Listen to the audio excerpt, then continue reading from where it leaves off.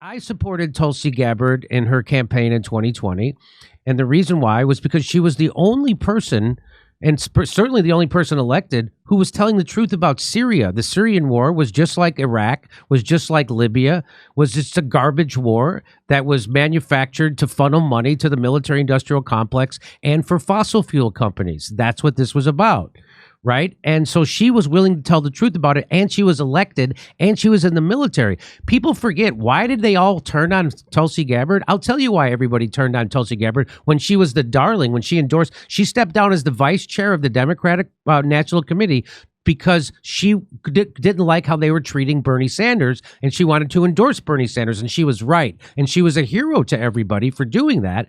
And then when did they turn on her? When she started to tell the truth about the Syrian war. When she started to tell the truth about the war is when the media turned against her, and then all the Elizabeth Warren supporters turned against her, and then even Bernie Sanders turned against her because he's a bitch for the military-industrial complex too. That's what happened. That's why people turned against Tulsi Gabbard. She was always a supporter of Medicare for all. That's a lie when they say she wasn't. And the reason why they turned on her, meaning the Democrats, the lefties, people who were former Bernie supporters, Elizabeth Warren, the reason why they turned on her is because she told the truth about our foreign policy. And that's what made her such a hero to me. And here it is right here. Look at this. She used to say this: Israel needs to stop using live ammunition in its response to unarmed protesters in Gaza. It has resulted in over 50 dead and thousands seriously wounded. And that's the Tulsi Gabbard. That's the good Tulsi. And this is from before the this 2018. This is from 2018. Right. Yeah. And so here she is now, and it's another RFK Jr. It's like, how could you be so right? How could you be so right about the Ukraine war? How could you be so right about Joe Biden and the Democrats, the money in politics? How could you be so right about all those Syria? How could you be so right about that and then be so wrong about this? So here, let's play it. I don't know if Kamala knows what she's up to, but the reality here is when you look at things like what Representative Cori Bush is saying, what the Squad is saying, what so many of these other people are saying who are accusing Israel of committing a genocide, it is the height of hypocrisy because they're... Wait a minute. Jesus. Hang on, we'll play it a little more. Apologists and supporters of these Islamist Hamas terrorists who are calling for a genocide, the extermination of all Jews, not just in Israel, but around the world. And we're seeing this being carried out by these violent... So she's saying the Squad and the people supporting Palestine are the height of hypocrites, the height of hypocrisy. Did the Squad commit genocide? Wow, I didn't think they could get anything done. I wonder why she... So she was labeled an Assad toady when obviously this sounds like she's an AIPAC toady. Yeah. Okay. Okay, here we go. Mobs and threats and other things that are happening against Jewish people literally around the world. And the worst part is they're doing this under the guise of, well, we care about innocent people and we don't want people to get hurt, when in fact they are in essence supporting and apologizing for the barbaric actions of Hamas against innocent women, children, and civilians. So that is just heartbreaking to me, right? Because as a former supporter of Tulsi, the reason why I supported her is because she didn't do propaganda like this. And now this is 100% propaganda. Nobody supports Hamas killing innocent people. That's garbage. We do support that anybody who's being occupied has a right to fight back and defend themselves. Anybody who's being, and the occupier always has a greater moral responsibility to the occupied. Gaza is an open-air prison. Gaza, it's an apartheid state. They don't allow. So that's like if you were the warden of a prison and there was a criminal element inside your prison. Well, but there were some violent people inside trying to kill prison guards, and you just decided to bomb the whole prison. That's what they're doing in Gaza right now, and they're bombing children. They're bombing hospitals. They're doing collective punishment. They're committing war crimes. So if you could say that Hamas committed war crimes in their attack on October 7th, why can't you say the same thing about Israel? So she has a blind spot on this, and it's the worst kind of blind spot you can have, because she's apologizing for genocide and attacking innocent babies, children. You know what? They were. Remember when they were saying, "Oh, Hamas cut the heads off of 40 babies," and you know what I say? Well, why don't they just blow their heads off with a nice Christian bomb made by Christians in America? Because that's what they've been doing ever since. And so this is why this is nuts. How about all the Jews we saw in a video getting beat up by IDF soldiers? Yeah. What about that looked a little bit Germanic? That's right. In action. So if you're against Zionism and you're a Jew, the IDF comes in and knocks you around and throws you. They're sick of you not helping out with the genocide. That's right. Part. No. So there's more to this. I called it creating the monster, like they're Dr. Frankenstein. And now the monster in their progressive wing is turning against them. But they're trying to pretend like this is kind of a shocking development. It's not a shocking development. No. Well, you know what is shocking? That I found out that Israel actually funds Hamas. Yeah, no kidding. That would be.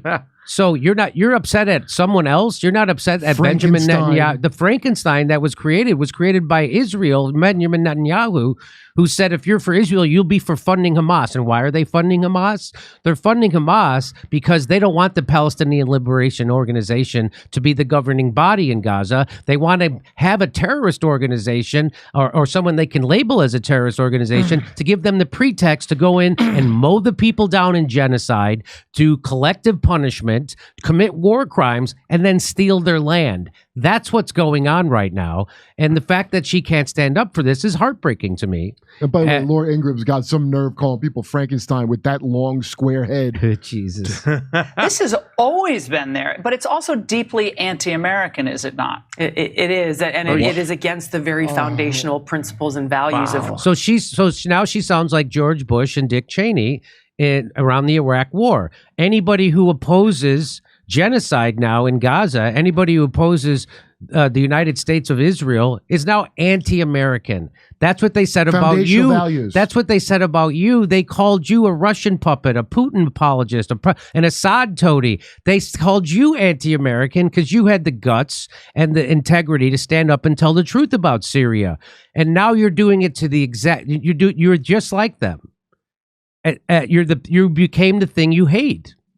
And so that's why this is an unbelievable tragedy for me personally, but it's an unbelievable tragedy for the country because Tulsi was one of the few people standing up for American interests, and American interests are to stop being the terrorist of the world, which the United States is. The United States is the world's terrorists. We're the world's terrorists in Syria, Afghanistan, Libya, Iraq, and the Sudan, Yemen, and look what we're doing, sanctions on Venezuela. Blew up that pipe to Germany's pipe to get natural gas from Russia. We blew up the Nord Stream pipeline. We did terrorism to Europe. We did terrorism.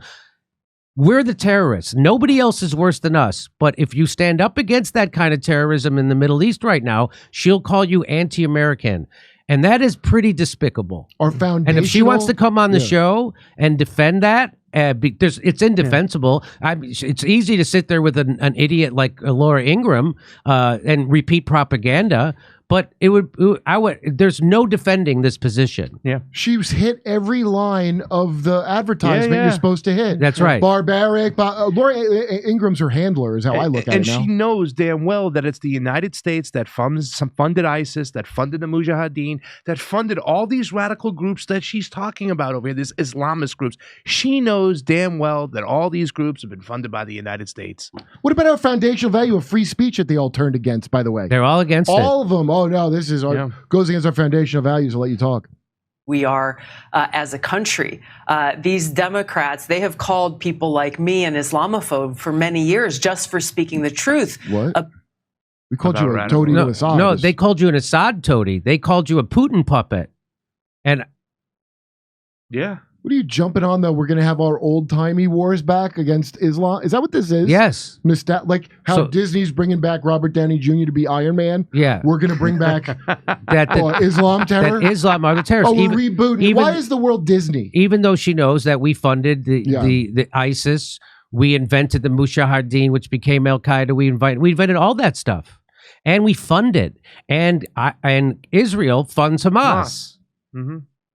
about radical Islam, about the threat that this Islamism poses to the freedom and peace and security of the American people. Wait, is it worse than There's incels? nothing poses a greater threat to the security and peace of the American people than the U.S. foreign policy.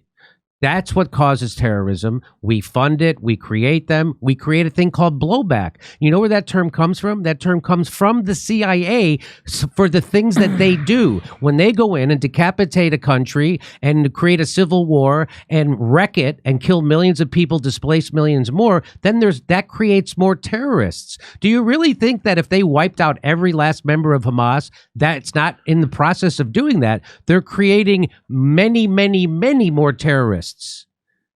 Well, Okay. I gotta say, Jimmy, after that 20 years of our disastrous, failed wars in the Middle East, it was pretty nice of the Islamists to take a break from terror on us for a while, wasn't it?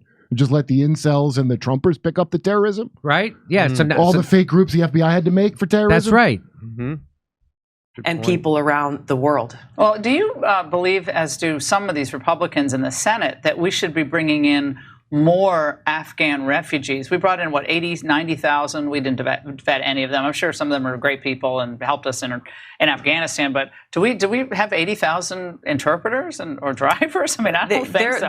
There are many, unquestionably. Yeah. But just like we're so concerned about Biden's open borders and the fact that we've got millions of people coming in who are not vetted in any way, shape, or form, who have not been checked. But they and don't we share our know- values. To Nigel Farage's point as to what Right. you're seeing in England. Right. This is. They say, oh, you can't call it a clash of civilizations. Why not? It is a clash of civilizations. No women's rights. No belief in plurality. That's why we I fight. like this part. Oh, That's why we fight. They don't have enough pluralism. yeah. That's why we support Israel. We support Israel who doesn't have gay marriage. They don't have pluralism in Israel. The whole point of Israel is that it won't be pluralism. That's why you can't have just one state where they live together, because they're anti-pluralism. That's right. They want to have an ethno-state. That's what Israel is. They're against pluralism. They're against gay marriage. Share our values that their lives are worthless. Is that the one they don't share with us?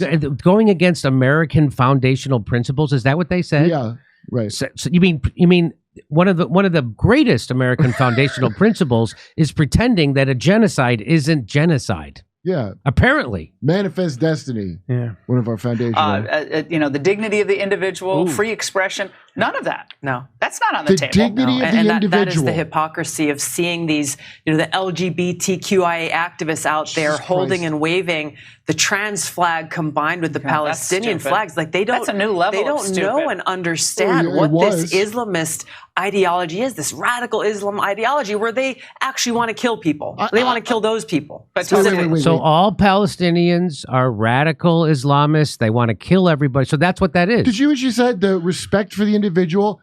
What does that mean? Does that mean like that thing we watched of Israel dropped a bomb on 400 people to kill one guy because they really respected that one individual? Yeah. That's right. Yeah. And I would say Christian bombs. Even Wolf Blitzer doesn't go along with this anymore. Even Wolf Blitzer turned on this. Even Joyanne Reed turned on this. Even so, MSNBC, Wolf Blitzer, they're Holocaust survivors are against this. Holocaust survivors. I assume that she Hasidic got Jews are against this. Yeah, she got a subliminal message from So the if Taylor Hit- Swift video probably that clicked her on, and that's you why wanna she can say recite. something? No, I was just going to say I would assume that Christian bombs have killed a lot more than Islam bombs. That's right. Who Who kills more people? The United States military terroristic organization or fundamental Islamics or the radical Islamists that you... It's the United States. It's not even close. Yeah. Well, we It's made not the even close. We set the entire Middle East on fire since 2001. The entire Middle East on fire. We did Iraq, million people killed, millions of people displaced. We did Libya. We did Syria. We did Afghanistan for 20 years, all based on lies. We did Yemen, Sudan. And now we're going to do Lebanon and Iran, and she sounds like she's all for it. We created the goddamn terrorists she's talking about on purpose. That's right. So all their killings are our fault too. Yeah. That's right.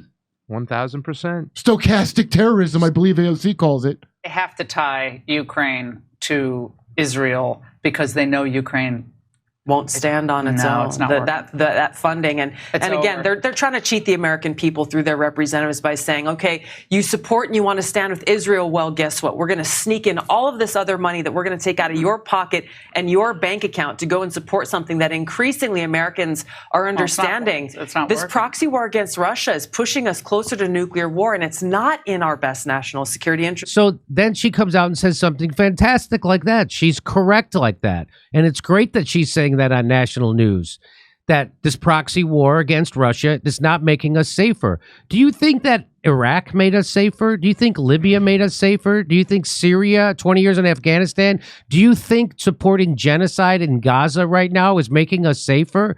What, the fact that she's able to be clear, have a clear mind and a clear head and tell the truth about Ukraine and our stupid proxy war against Russia is fantastic. But she then again flips her whole everything when it comes to this, and it's horrible. Well, the Ingram angle here, as it's called, is where I think they're going with this like pageant that I'm watching.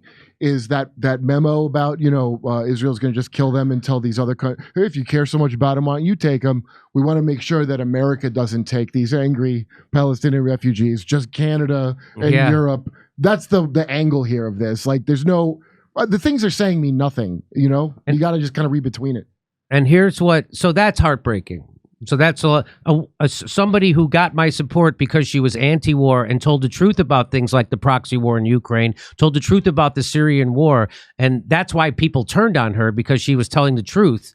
And now she's just repeating propaganda. Yeah. Well, on the plus side, the MK Ultra stripe in her hair looks great. And here's what Cornell West says about it. Cornell West says the president of the United States, meaning Joe Biden, doesn't need me to spoil his reelection bid. His milquetoast neoliberal agenda leading us into war. He still won't call him a genocider. He still won't call him a fascist, which is what he. This is so supporting a genocide of the Palestinian people is milquetoast. He still because he doesn't want to get his next book deal canceled, and he doesn't want to get disinvited from CNN, and that's what that is ridiculous. That is now clownish to call this guy a milquetoast neoliberal, and he's keep doing it. His milquetoast neoliberal agenda leading us to war, climate calamity, and more poverty is doing that for him.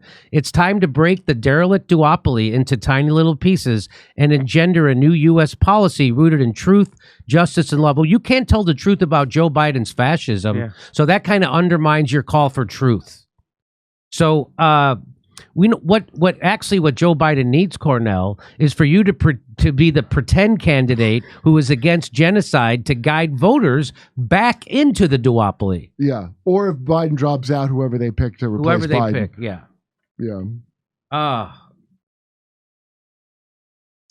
So this is all heartbreaking to me. It's to see someone like Tulsi, who was willing to stand to slings and arrows, to tell the truth about Syria, to tell the truth about Ukraine war and our proxy war with Russia, to get her whole reputation slandered and smeared, and then to just throw it all away. Yeah, it's heartbreaking. And the same thing for RFK, who was willing to take all the slanders from the establishment press about the big pharma and vaccine policy and COVID and all that, and then to just throw it all away because they just turn into John Bolton and Dick Cheney and George Bush when it comes to Israel, Palestine, and turned into Sirhan. Sirhan is what he turned into. So did she. Yeah. So it's a heartbreak. And I remind people, Tulsi spoke at the anti-war rally last year. Yeah. She spoke at the anti-war. This is the opposite of an anti-war position. This is you are pushing for world, so she can see how Ukraine and the proxy war with Russia will lead to World War III, but she's pretending not to be able to see how what we're doing in the Middle East right now is going to push us towards World War III with Iran, with China, with Lebanon. It's called money. It's the same blackmail we all have as a society. You don't want your job to be affected, do you? You better go along with. Do you want that new job you want? Right. I'm not talking about Epstein blackmail. I'm talking about just how society set up, and everybody went along. Oh yeah, your job should be on if you go along with the thing. Those students at Harvard, they shouldn't be able to get a job. Like all of them, even if they're not being blackmailed for some dark secretive thing, That's what we have for a system. That's our great system. So it's all blackmail. You're going to say the thing you're going to say, and we're going to do it with your money. Oh, you want to run for president? You need $500 million to run for president. You better say the ad copy perfectly. I don't think that's what Tulsi's doing. I think that she's willing to walk away from all that stuff, because she did.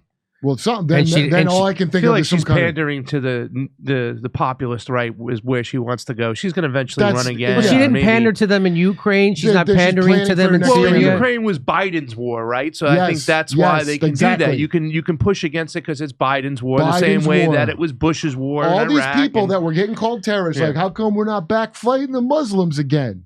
My hopes that they would kind of recognize what a bullshit telling everybody they're terrorist is once they were called terrorists.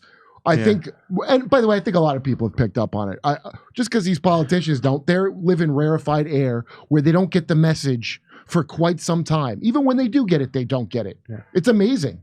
You know what's also disappointing about this whole thing too as well? When Tulsi left Congress, you know what one of her last bills she introduced was? It was a ban on ballot harvesting. That's why I loved her too as well. And now she does, It's a heartbreak. So this is, you can't become, Anyway, okay. You can't lean on these people like we can't have nice things. We can't have nice things. This is why we can't have nice things. You got to just treat them like, hey, do the thing that you said you're going to do, and this thing where like I believe in you, and you're like Batman, and it's got to go. Ain't no such thing as that. The system is literally set up to not have that. Where you could just, that guy was. And by the way, that's how they ruin candidates that want to do a good thing, is to get you in this thing where you put all your hopes in, I believed in you, and now I don't believe in the thing because you failed me. That's the goal. So just whatever they do, that's what I judge them by. I don't even pay attention to what they say now because you can't. You can't. You can't. Just watch what they do. Never, because, bad people do good things, good people do bad things. That's how it works. Hey, we're doing stand-up comedy in Covina, California, Burbank, California, the day after Thanksgiving, Oxnard, California, Venice, California, Palmdale, California, lots of places in the Southland.